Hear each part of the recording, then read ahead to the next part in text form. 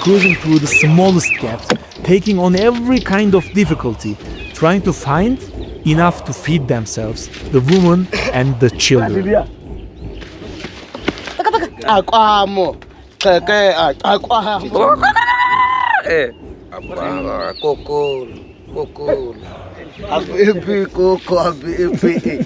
They also accepted me to join in their morning hunt. I'm not sure if I can keep up in their pace. While the shooter goes to get his arrow, the rest of us turn into gatherers. We are eating wild fruits. They are hunter-gatherers and they eat what they can catch, and to share it with me is great hospitality.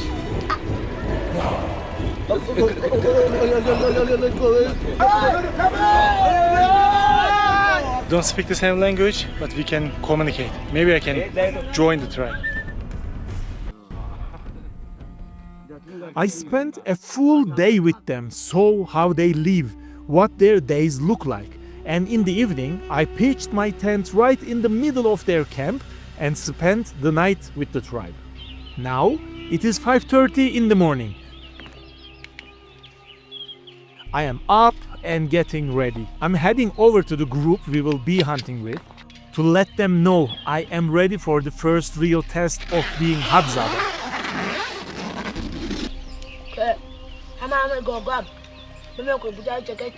Some of them are having breakfast with the tails of yesterday's catch.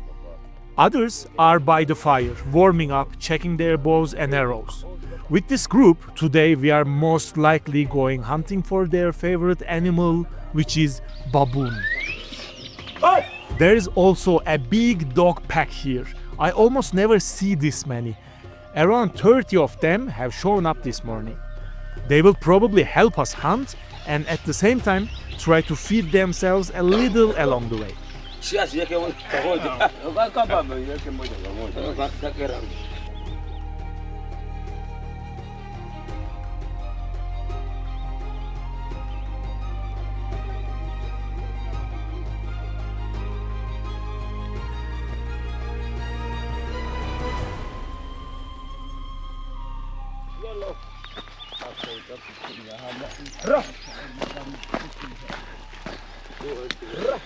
Good morning everyone, welcome to the next video. I am in Tanzania and I am with the last hunter-gatherer tribe on earth basically, and they live a hunter-gatherer life. So this is 6:20 in the morning and they are going to find their food for today basically. This is what they do in every morning. They also accepted me to join in their morning hunt. I'm not sure if I can keep up in their pace, but I'll try.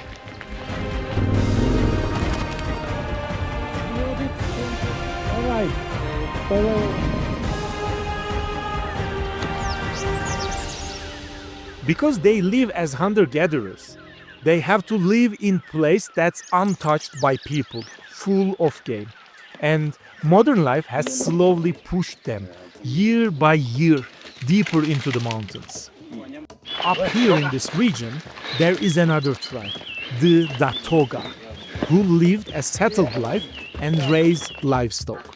Modern life is pushing them into these mountains too. And because of their cattle and the noise they make, the animals that Hadzabe used to hunt are running deeper into the forest. So the Hadzabe have to climb higher and higher to find them. Their lives are getting harder, but they keep living the way they always have. Every arrow shot is actually a real responsibility. If you miss, you have to walk all the way to your arrow, pick it up, and then run to catch up with the rest of the group. A bird took off. They missed it. No shot taken. We don't lose any time and keep walking. They spot another animal. This time, the chief draws his bow immediately.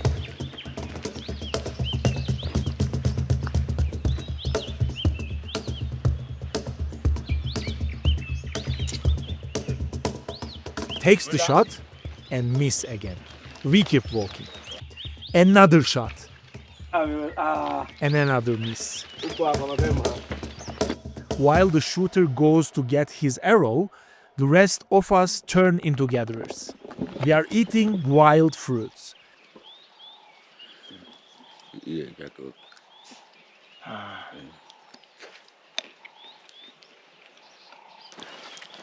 It's like a grape, but a hazelnut in the middle. Wow. The groups pulled ahead a bit, but I will catch up.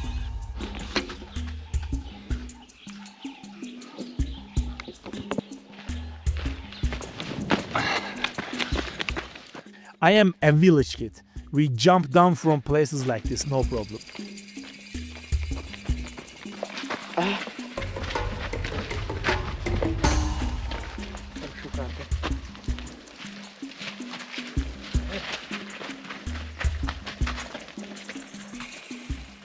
Okay, village kid pride only gets you so far. I decided to take the long way around the back.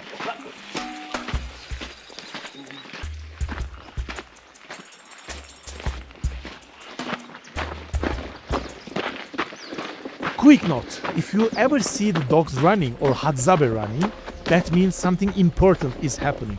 And anyone who wants to see what it is has to run to catch up. While we run, you can click the thumbs up below and you can subscribe to my channel. That is the easiest and free way to support me on this journey. Thank you all in advance. The Hadzabe walk in shoes made out of car tires. These are the cheapest, longest lasting shoes they can make. They go out hunting every single day in this tire sandals thing. And because they do this exact same walk in this exact same landscape every day, even though I am wearing actual hiking boots, I am really struggling to keep up with them.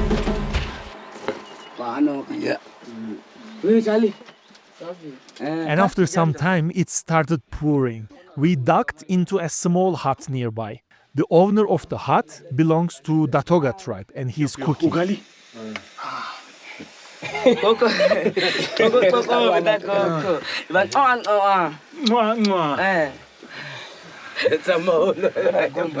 And the rest were laughing at me because I asked about the food.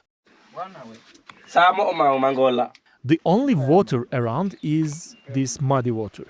And because everyone is used to it, they drink it without thinking.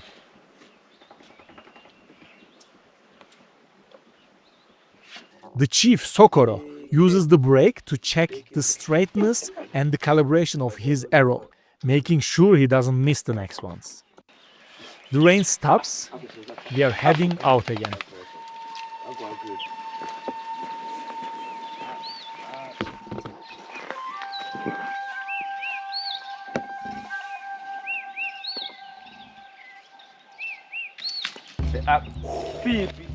And finally, they made the first successful shot of the day, guys.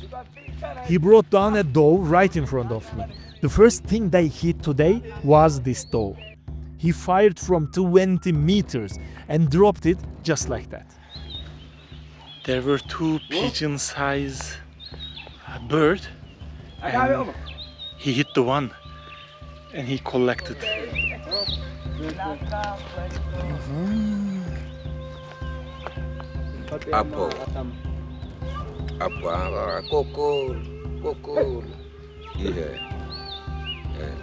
We have come back to a rocky area because one of the tribe members said he saw a rock hyrax, gray, about the size of a cat animal. We are looking for it. While I'm searching one side of the valley, I spotted one running across the rocks on the other ridge. I saw. I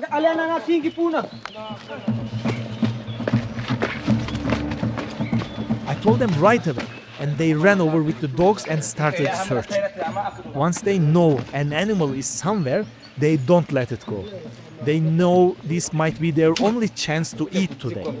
They put down their bows and arrows, lift rocks if they have to, check holes, sharpen long sticks on the spot, and step them into every gap to flush whatever is hiding inside. I have stepped under a tree to stay out of the rain. I am waiting because they are waiting too. They're waiting for the animal to make a mistake, to come out, to get scared, leave its spot. And right now, they cannot see it. So with the help of the dogs, they are trying to push it out so they can hunt it. From what I can tell, this is patience work. They are tapping the rocks to disturb it.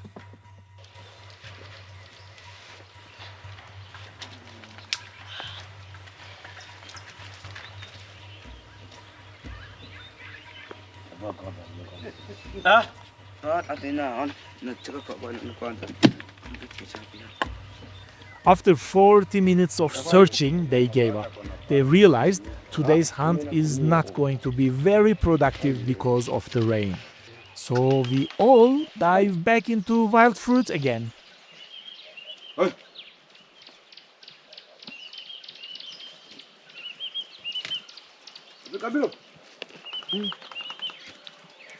While we are eating the fruits, sometimes they just stop and start walking again out of nowhere. Either they have some signal between them, or they all just instinctively know when it is time to stand up and move. I don't really get it, but it seems my fate to walk at the back of the group.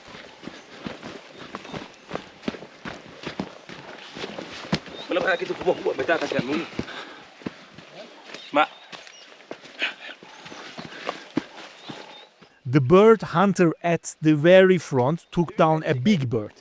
Francolin, big bird. It got stuck up there, Oh, up the tree.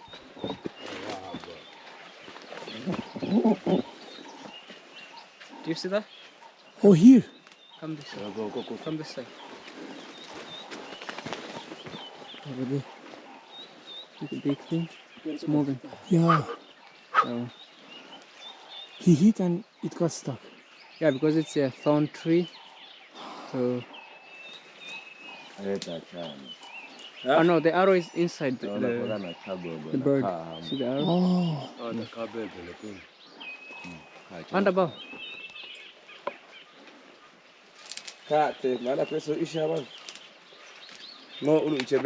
and once they realized it wouldn't, one of them decided to climb.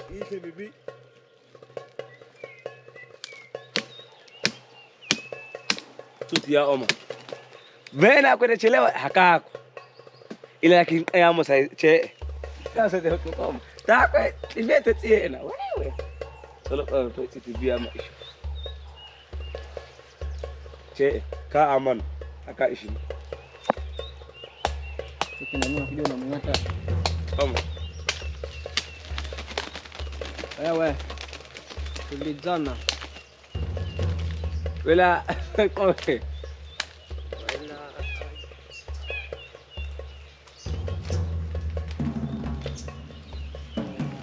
Alea.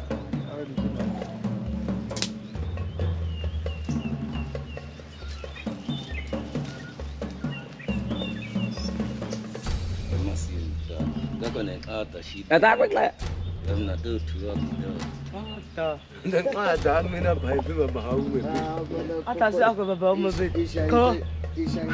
The biggest catch of the day so far is this bird. I don't know the species, but it's a big, beautiful bird. Kereketa ako koko. Eh.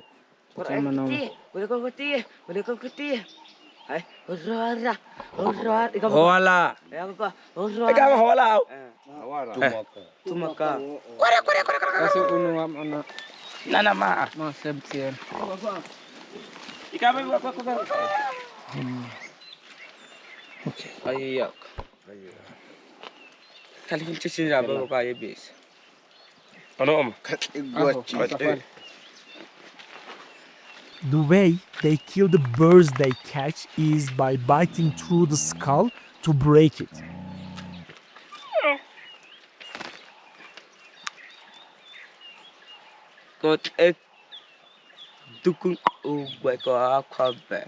For them, this is the way that gives the animal the least pain and it is the fastest.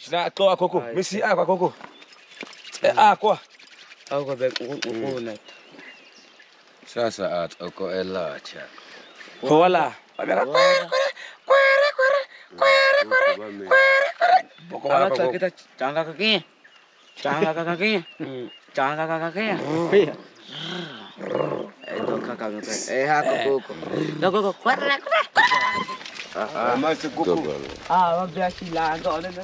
And after that, they calibrate the arrows again, and we keep moving.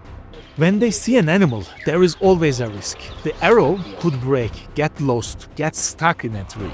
So before each shot, they check whether it's worth it or not, if the angle is good or not.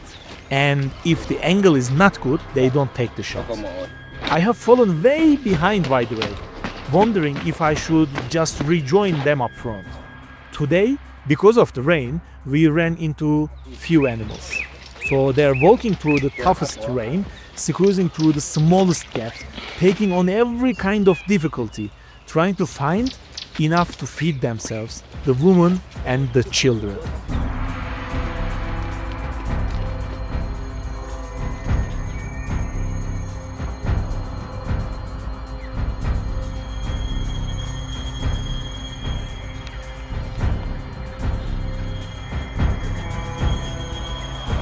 They check every gap that could possibly hold an animal. They don't skip a single possibility, and I am looking to help them, of course.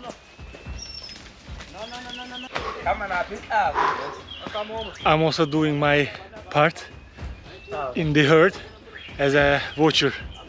We don't speak the same language, but we can communicate. Maybe I can join the tribe.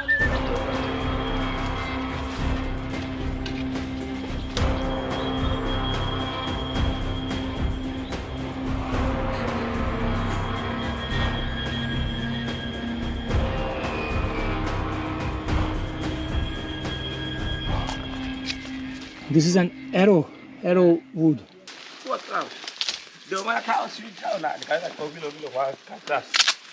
While walking, if they spot a branch that could become an arrow, they never let it go to waste. They tuck one or two extras into the bundle on the spot.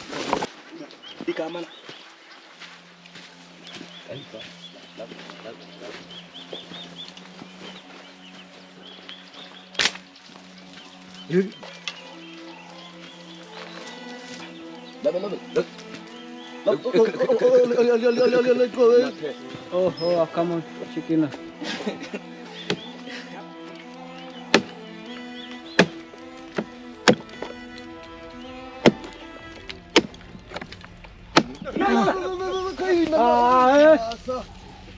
Pale, zunguka kule tandatu. Kwa pale sasa. Yo.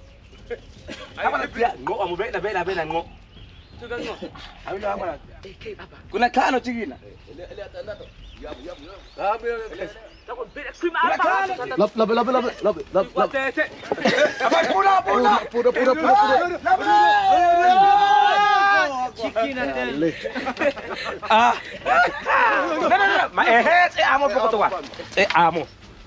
Atoena ama na vita bako.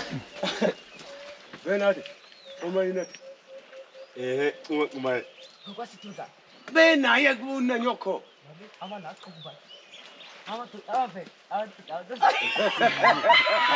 Oh, batone na.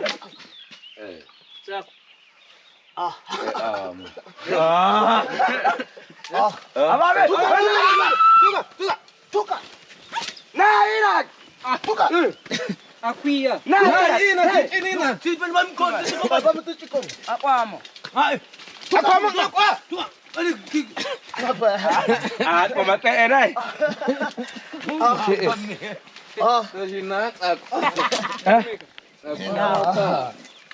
Is it gone? Oh, they got it. Ah, The dog wanted to eat it. Yamo koko sendea.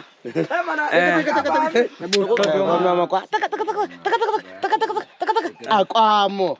Keke akwamo kwa iso. Nani bebe na.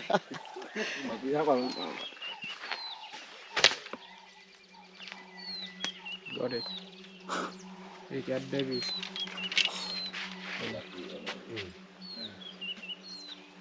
Apa bici? Usah.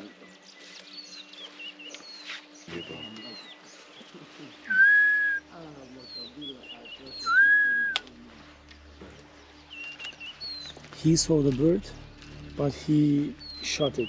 So who gets the bird? Oh, they shake. They check every gap that could possibly hold an animal. They don't skip a single possibility, and I am looking to help them, of course.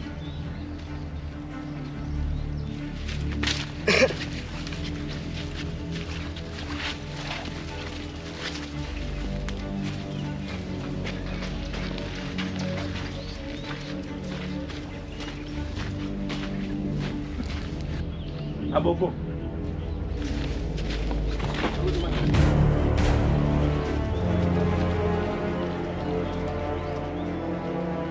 Kasih dia. Mana lame. Dalam aku.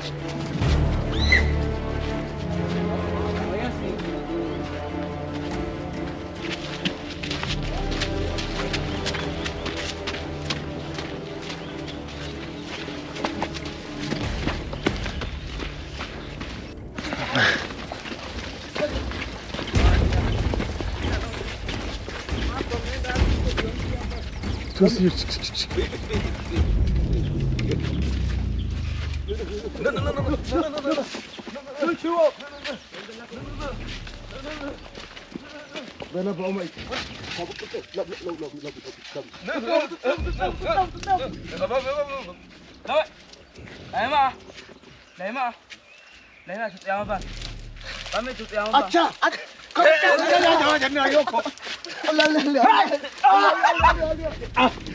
Betul abang. Nak kucing aku. Putih amat. Naik cikgu kena nak. Siang. Tolong kalau kata. Maya uchame puna. Mohon. Sini kat cik. Siang tu tu. You got it.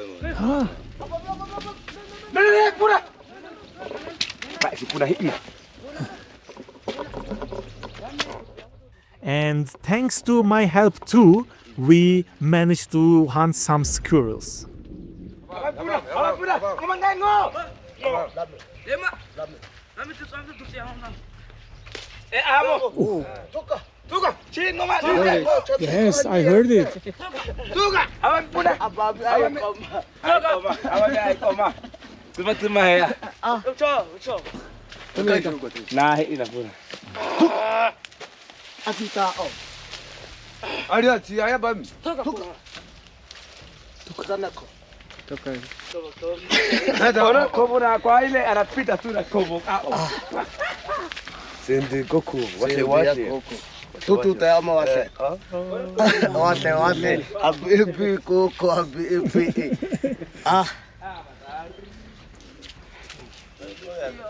And I just saw the strangest plant of my life. There's a giant round green soft body in the middle surrounded by thorny branches. A really bizarre plant.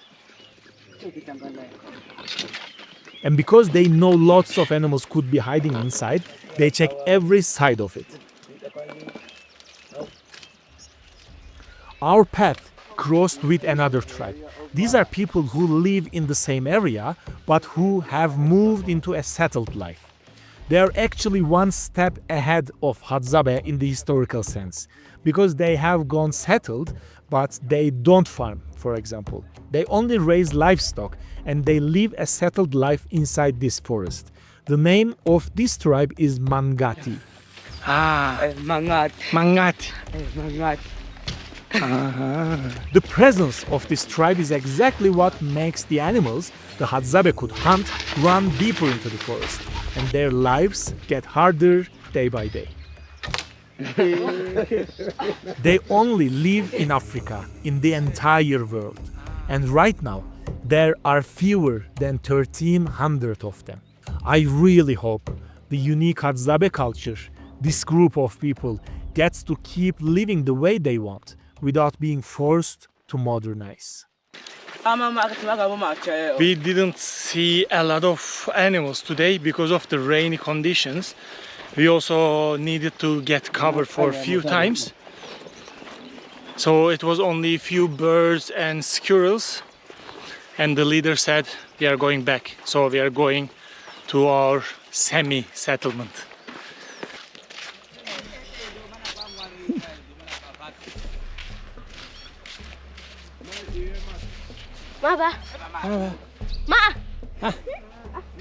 While we are out, the women had gone to gather roots, leaves and plants. Now they are going to cook them, season them and prepare food for the children.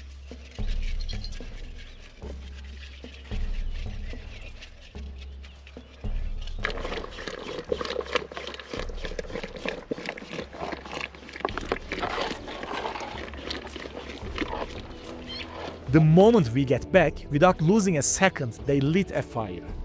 They started plucking the bird feathers, prepping the food. But there is no plucking the squirrels. Apparently, they just smoked them whole. The dogs get the organs, and that's their breakfast.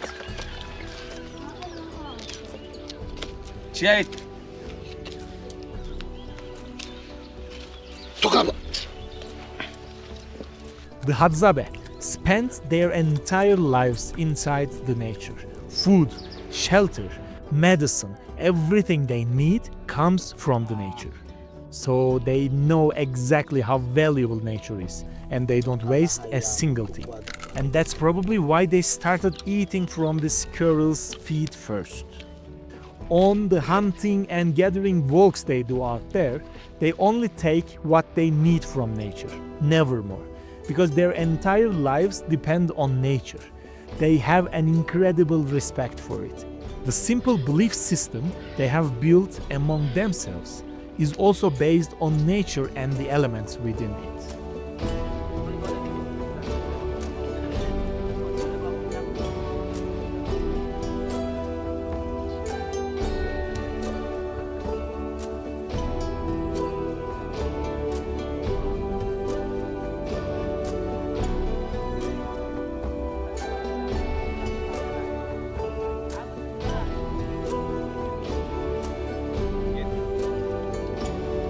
Tomorrow, who knows what they will find? Who knows if they will even be able to eat tomorrow? But still, they don't skip giving the guest a piece of what they caught today. They cooked it incredibly well. To be given a piece next to the fire is genuinely an honor. It is a sign of honor. They are hunter-gatherers and they eat what they can catch during the day. And to share it with me is a great hospitality. And it's really tasty.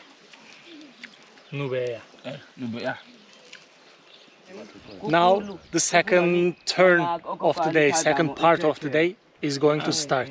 Some of them lost few arrows in the forest. They will replace them, they will check their bows and the other arrows, and they will get ready for tomorrow's hunt because this is their daily routine. They always wake up early, they go to the forest, hunt, feed themselves, feed the woman, feed the babies, and then they get ready for the next day. I know some of you may felt bad because of all those animals, but I cannot judge. I am just an observer here, and I wanted to observe their lifestyle. I wanted to be a part of their lifestyle. If you want to share anything, please leave that in the comments below. And this is all for today. Now I'm in Tanzania, but I will go to Kenya and back to Tanzania again. I will visit this tribe again to join their hunt in a maybe not rainy day. And I also want to see what's happening at that day. Sitting here now, watching them work. I keep thinking about the muddy water, how they drank it without hesitating, how it didn't even register as a thing. And the tired sandals, the way they walked through everything I struggled in, like the ground knew them. And the piece of the meat they handed me, a piece of the day they fought hard for, a day where almost nothing went their way. We came back almost empty-handed today. A couple of birds, few squirrels, and the rain took everything else. But not one person here looked angry. Not one person looked defeated. They just sat down and started making tomorrow's arrows. That is the part I don't think I will forget. We are so used to expecting things to go right, and when they don't, we treat it like the world is broken. Out here, missing the shot is just part of the shot. Tomorrow is just part of today. I came here to film a hunt, but now I am leaving with something I didn't come looking for. A unique memory that I will remember to the end of my life.